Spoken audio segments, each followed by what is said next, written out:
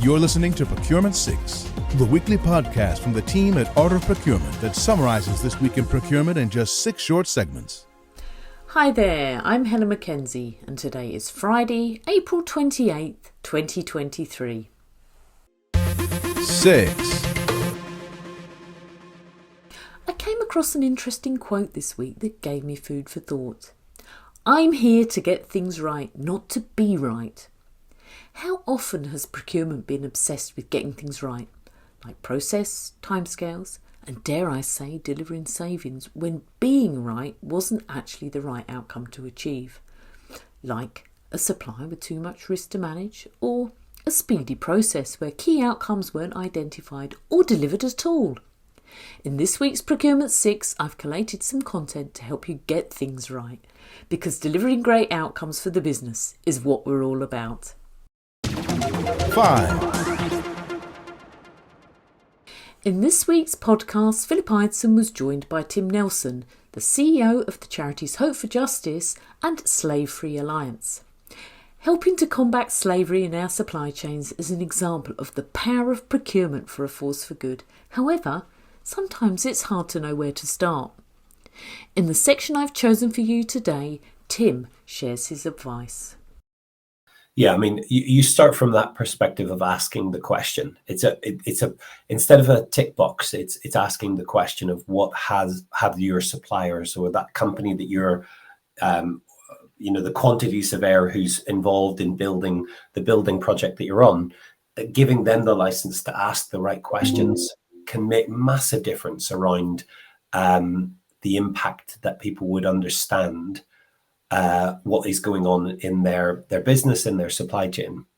I think sometimes for a lot of supply chain experts, they can feel a bit overwhelmed by this because we've talked about price and we've talked about quality. We've talked about, things being done on a just-in-time basis. So it all seems to line up, and it can be very difficult for people to feel, oh, you're asking me to be responsible for my entire supply chain. Yeah. So, when you're getting started, it's important to ask the right questions when it comes to tackling this important issue. To listen to the full interview with Tim, check out the link in the show notes. 4. Let's stay with the theme of asking questions. It's such a powerful tool for procurement to use. I was intrigued when Kelly Barner featured Socrates in a recent episode of the Dial P podcast. The pod focuses on the power of asking questions.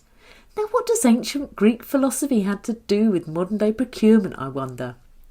Well, in this extract, Kelly walks us through the Socratic method and the process of asking questions to highlight how this could work in real life. Think about the effort to invest in renewable energy without being reliant on raw materials from China. Those are highly complex challenges that have an ethical component, and there are plenty of underlying assumptions, definitions, and even contradictions that need to be worked through. What are human rights? Is that definition global? What are abuses? Are EV batteries actually renewable? Beyond that, there are issues like leadership, inclusion, fairness, opportunity. These are words we throw out all the time, and we think we all know what they mean, but we may not totally be in alignment. The Socratic method works best in situations where the questions are highly complex, and there probably is no one right answer. And so this approach is perfect in an entrepreneurial or an innovative setting when you're trying to achieve something difficult and new, but where the ROI is there to justify the effort. What other pearls of Socratic wisdom could you discover if you listen to the whole podcast using the link in the show notes? Now there's a question for you, eh? This is Procurement 6 from Art of Procurement. To get notified every time an episode is published, go to artofprocurement.com/subscribe. 3. For many people, procurement is all about managing risk, taking steps to reduce or avoid it. But often taking intelligent risks is the only way to truly deliver value and great outcomes for the business. In the Sourcing Hero podcast, Mark Trowbridge talks about his time at Bank America and a boss that encouraged him to take intelligent risks. Let's take a listen. As we know, there are all sorts of risks in procurement and supply chain, and organizations who don't manage that risk the procurement organization can literally put an entire company in danger, not only legally or financially, but also operationally. And I'm not saying to do things in an imprudent way, but it really shifts me back to the best boss I ever worked for.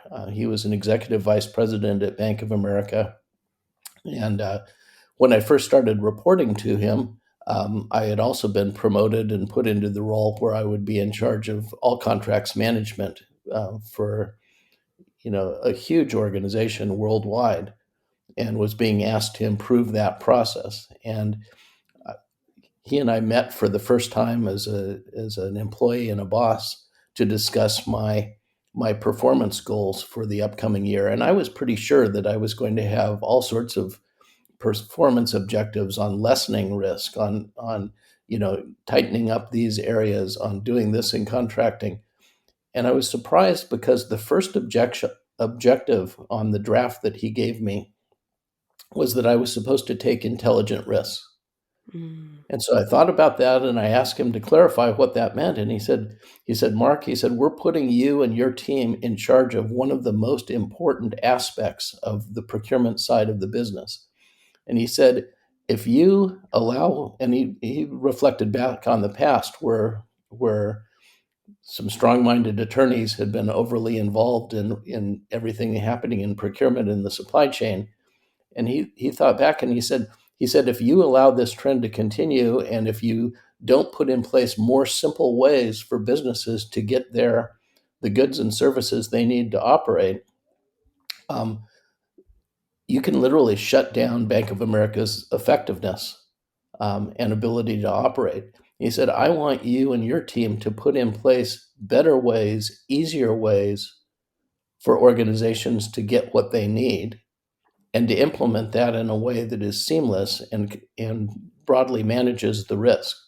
And that was sort of an eye-opener for me. And it turned out that in all of his direct reports, performance objectives, that was the first thing in everybody else's as well. But he had customized mine to the contracting spot and the sourcing spot. But that was an eye-opener for me. And he evaluated us. We had to demonstrate taking an intelligent risk at least once per quarter. I love that approach to developing our entrepreneurial procurement muscle. What intelligent risk have you taken this quarter? You can access the full podcast and find out more using the link in the show notes. 2.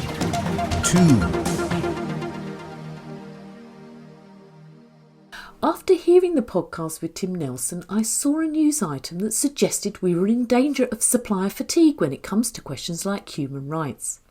Supply Management recently featured a piece on a panel discussion that was held as part of the SIP's Sustainable Procurement Summit, where Dion Rickard, Sky's Director of Sustainability and Compliance, urged us to think carefully about the surveys and questions we ask.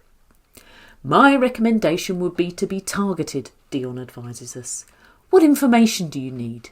And is there something out there or any tech that can aggregate it for you? Now, the great news is there are a lot of tech solutions about to help us with risk management in this area, all of which we can use to sustain our suppliers in this shared objective to tackle some of the most pressing questions of our time. 1. There's no end to the list of problems that procurement's asked to solve: supplier rationalisation, supply chain diversification, risk management, aggressive ESG targets, regulatory compliance and sustained revenue growth. Well, they're just a few.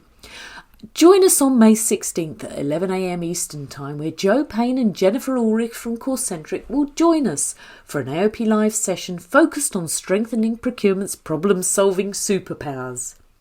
Now, to sign up to the session, go to artofprocurement.com/calendar and register now. Thanks for listening. We'll be back next Friday at 6 a.m. U.S. Eastern Time.